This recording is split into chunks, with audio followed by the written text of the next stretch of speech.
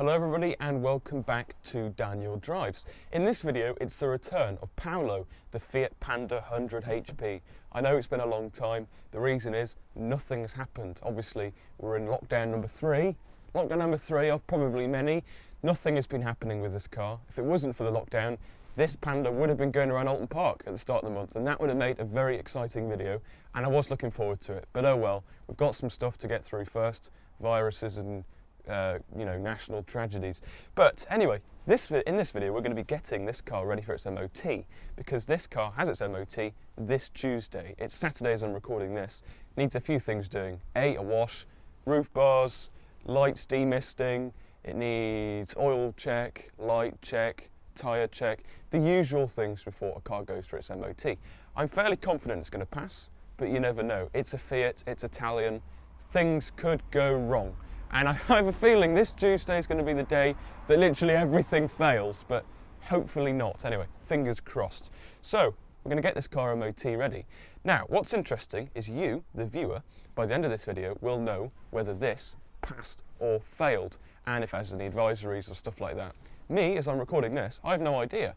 Later on in the video, I'm going to pass on to Daniel of the future, who will know about the MOT, the MOT.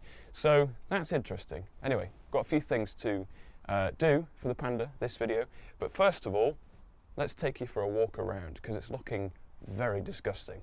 So here we are then. Paolo is back on the Daniel Drives YouTube channel, looking very, very, very dirty, and I really don't like seeing this car in this way. I think some cars do suit looking dirty, but some don't, and this is one of them cars that doesn't suit being dirty. Looks much nicer when it's clean. You can tell actually if you look at the stripe, it's just so dirty, and the wheels as well, they're looking absolutely minging.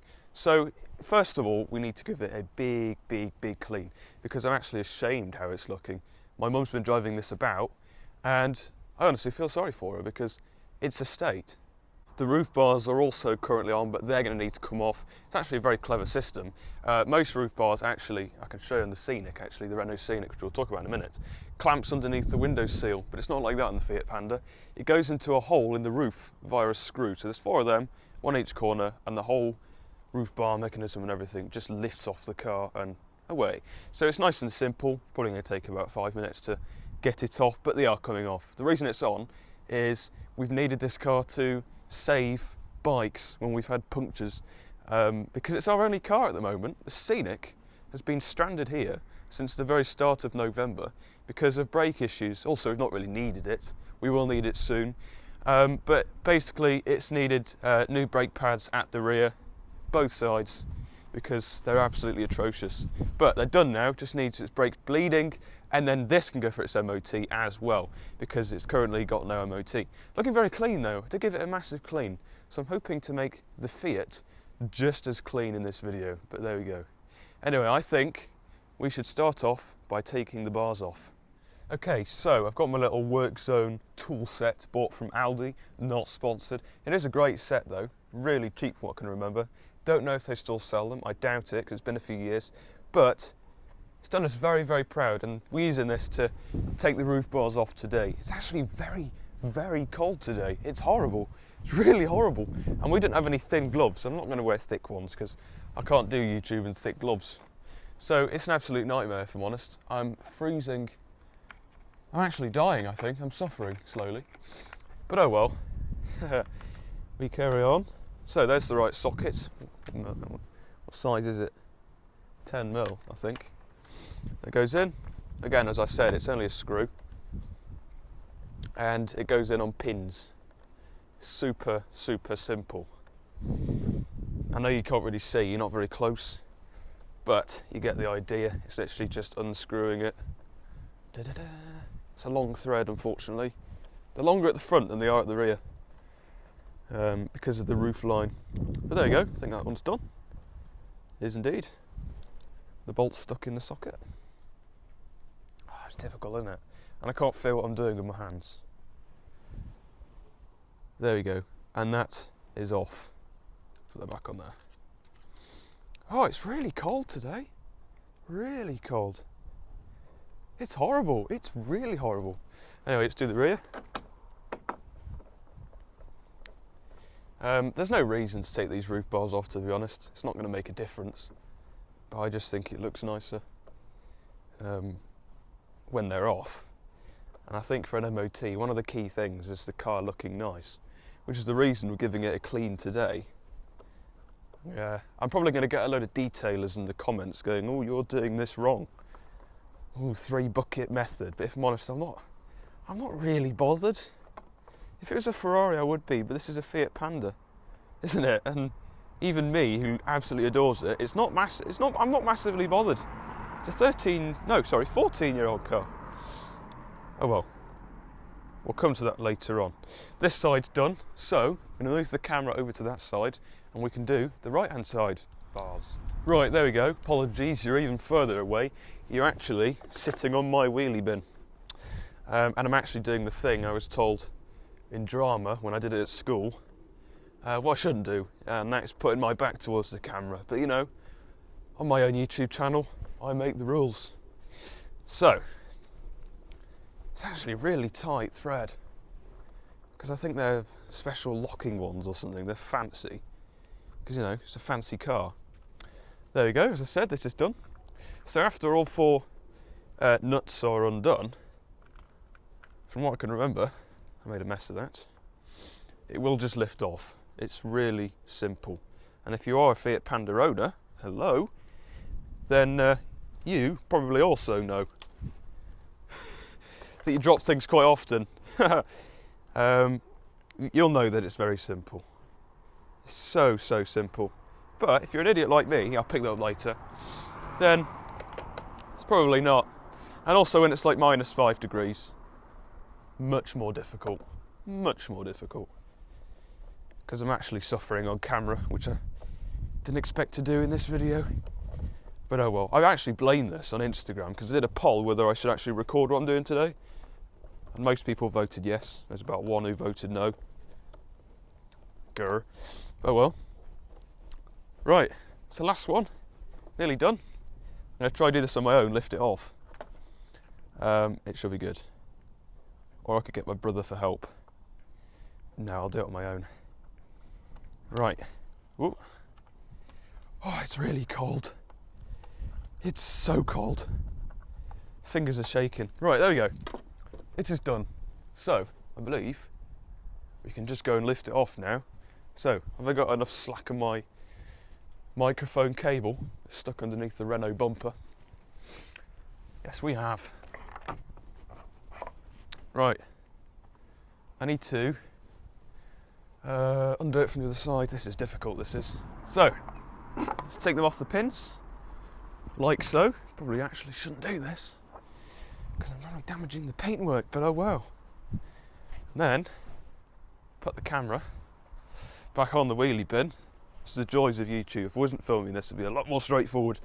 I think this is probably worth subscribing for, isn't it? Just, if you haven't already, do please subscribe, because it does help a great deal. Honestly, it really does. And I would like to say a quick thank you actually to everybody who has subscribed, because there's been an awful lot, and we hit the 200 mark, which we did celebrate over on social media, and I am so proud. There we go, lean it on there. And strongest man in the world, lift off. There we go. Hey! Now I need to collect the bolts and then unscrew the pins. So once you've removed the pins, which I did earlier, it's a typical BBC Two quote, you've got these 4 pins that go into the roof, and they're actually nightmares. I really hate them because they're a bit of a cheap material, so you sort of lose the thread, so they're impossible to get out again. And this one's actually knackered, so I'm going to have to find another one for that. But this one's fine, so we'll put it in, goes into the roof, like so, and then screw it in. I don't do it tight at all, just do it so it seals the hole. Even if water gets in, it's not the end of the world at all. Boot can shut, there we are. That is roof bar removal on a Fiat Panda 100HP, or any Fiat Panda. The next stage is to clean it. I'm not going to film all of it because it's going to get quite boring, although I will talk about the key moments and then I'll do a few time lapses as well. So, step 1, need to get the bucket I only use one bucket. Sorry, detailers of the United Kingdom. One bucket, shampoo, microfiber sponge. I'm very basic when it comes to this. I'm looking to improve snow foam and 2 buckets and stuff like that, but at the moment this will do. Okay, so I've got my bucket full of car shampoo, but first of all I'm going to give it a bit of a pre-wash with the hose, put it on the shower setting. I really like washing cars. Some of them things, to most people it's a chore, but to myself, I actually find it quite therapeutic in a way.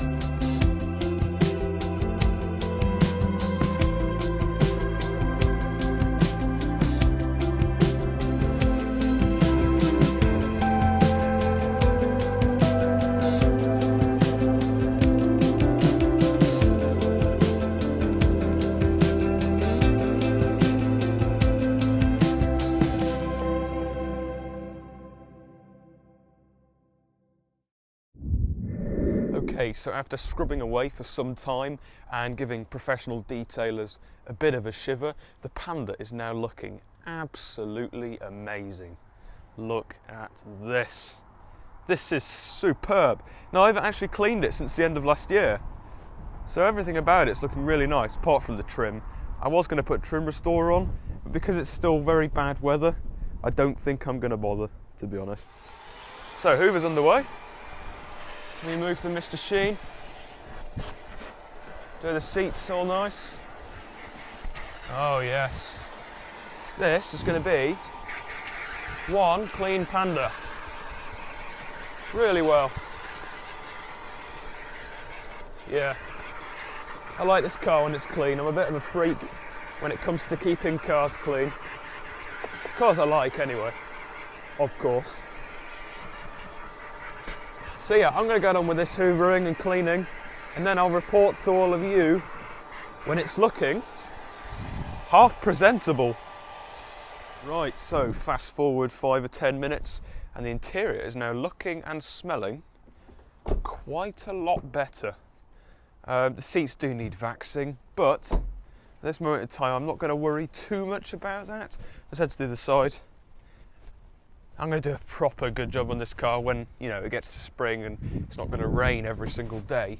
But anyway, now the car's all clean and the roof bars are off, it's now time to do some pre-MOT inspection checks. Okay, so if I hop over this wall, first what I'm going to do is an oil check. This car's quite good. It's not as good as our old Toyota, which is a review of on my channel also. Uses a tiny bit, only a tiny bit. But you never know, it's Italian, so you got to check it. So up we go. I'll take you in for a closer look in a minute. Dipstick. It's been at standstill, this car. Could do a wiping it, but I can just about see. Yeah, it's really quite good actually. That's really good. About halfway. I'll take you in for a closer look. Just looking at an Alfa Romeo that drove by. Lovely engine, 1.4 litre, 16 valve. And if you see closely, just about see, don't know if it'll focus. Yes, just over halfway, which is good. So, oil level is fantastic, so we can forget about that. Next, let me think. Let's do a tyre check, tyre pressure check. 32 at the front and 30 at the back, I believe, because it's front wheel drive, so more pressure at the front tyres. So, let's put the... Oh, actually, no. Before we do the tyres, I need to do the windscreen wash because we ran out of windscreen wash and so we had to put water in. So I'm tempted to get rid of all of the water by just going for a few minutes and then put some fresh windscreen wash in. So let me just go grab it. Okay, so my mistake, we don't actually have any windscreen wash, we still need to buy some. So in the meantime, I'm just going to fill it with water, which isn't ideal. It could freeze. So I'm not going to fill up to the top, I'm going to leave some room for expansion, so it's not just going to explode. I need to unblock the unblock the driver's side jet apparently as well. But in future, I'm hoping to take the insulation off the inside of the bonnet, take the jet off. I hope it's that easy, and unblock the jets like that, because it can be quite beneficial. And maybe repaint them black again. Don't know. It's all jobs. This is really empty. This. Oh, it's really empty. It's definitely the right one. I'm not putting it in the oil, don't worry. Not that thick.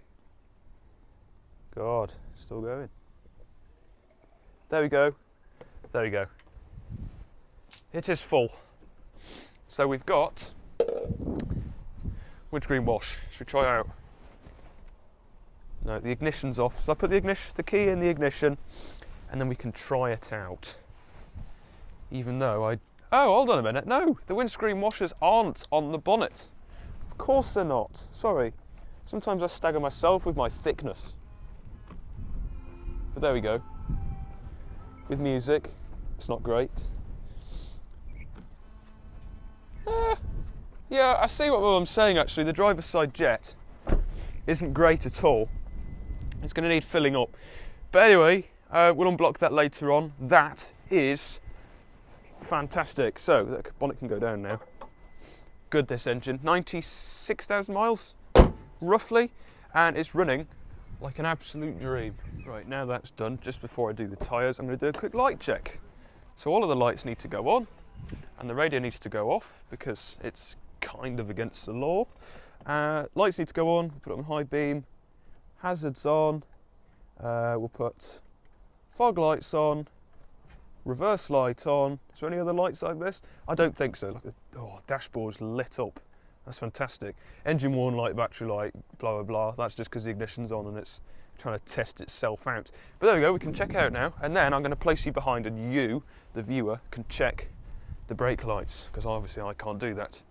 So, main lights are working well. Both hazards are working well. Reverse light, fog light, you can see are all working super well. How about the side repeaters? That one's doing well. Go to the other one, on the other side. That one's working. Hazard that side,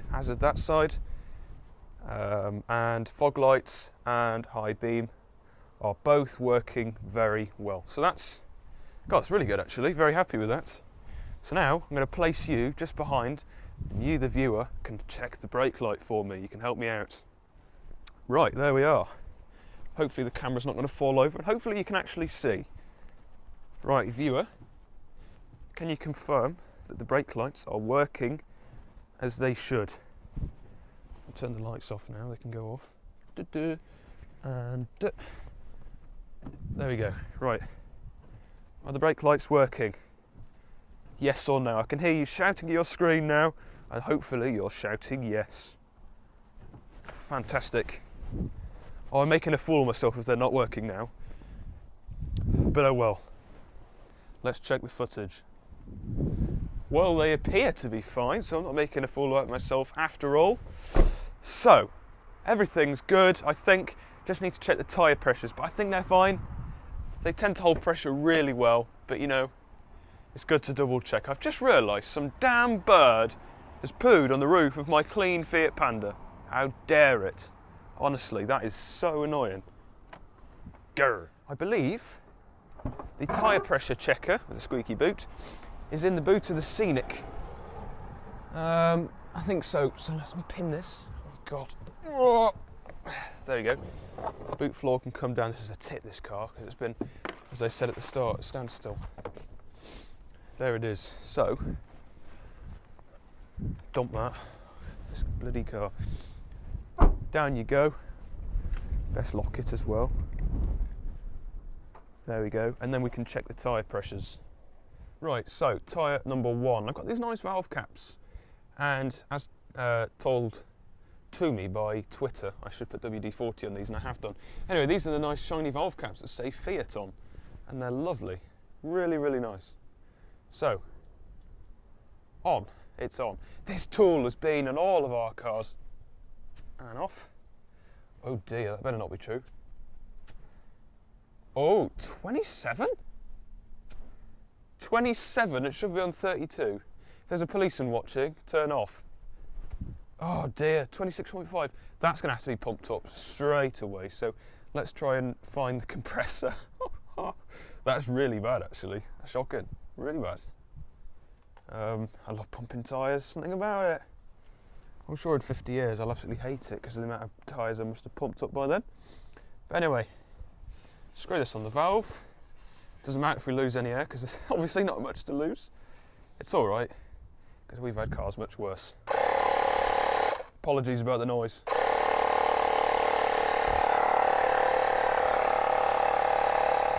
So hopefully that's done it now. Let's give it a check, give it a stab. 30.5, is this reader wrong? Could be. I mean, still 30.5, that's not good enough, so it's gonna have to go back on. And give it an extra 1.5. I'm getting this very right. I'll get there eventually, you know, this car will have an MOT and hopefully after all this work it'll pass. If not, then what a waste of time. It's really deafening. Oh dear. Will that be done? Give it another minute.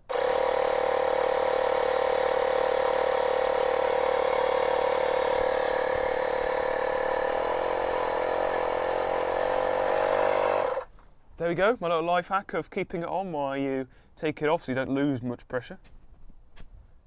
32.5, that will do for me. That will do. So I'm going to do the other 3 tyres now. I'm not going to film it because it's the same process. I'm pretty sure they'll be just as low as this one has been. So 32 at the front and 30 at the back. So stand by. So that one's pumping up now. In fairness to this car, I haven't pumped it up in a while, so it's not too bad. It's 25, that is. Should be on 32. So there we are then, 4 tyres fully pumped up and the air compressor and tester blah blah blah back in the boot of the Renault.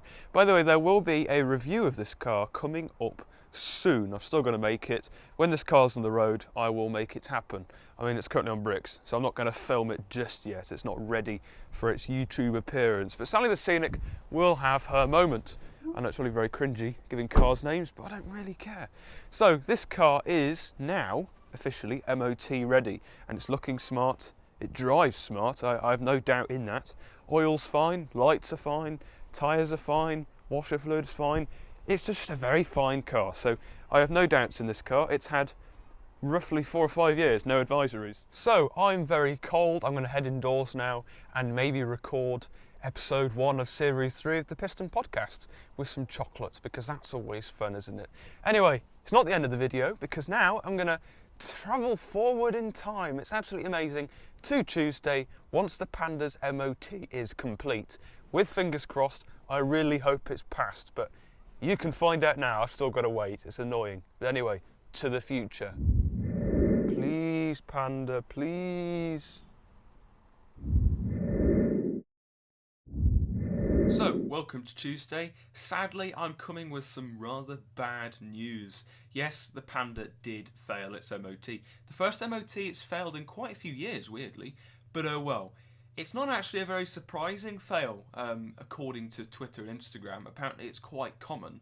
If I flip the camera around, I can actually show you the MOT history thing I've got on the government website. There we go. I apologise, it's a bit pixely, but it's beyond my capabilities at the moment. So, fail, 96,500 miles. Since the last MOT, it's done 6,000 miles, yeah, and that's since March 2020. So that's not bad at all. And we've been using the Panda more than the Scenic, weirdly, and we took it to Cornwall and stuff like that. So 6,000 miles isn't bad at all. So the major defect that actually made the Panda fail the MOT was the offside front lower suspension arm ball joint, which apparently was excessively worn.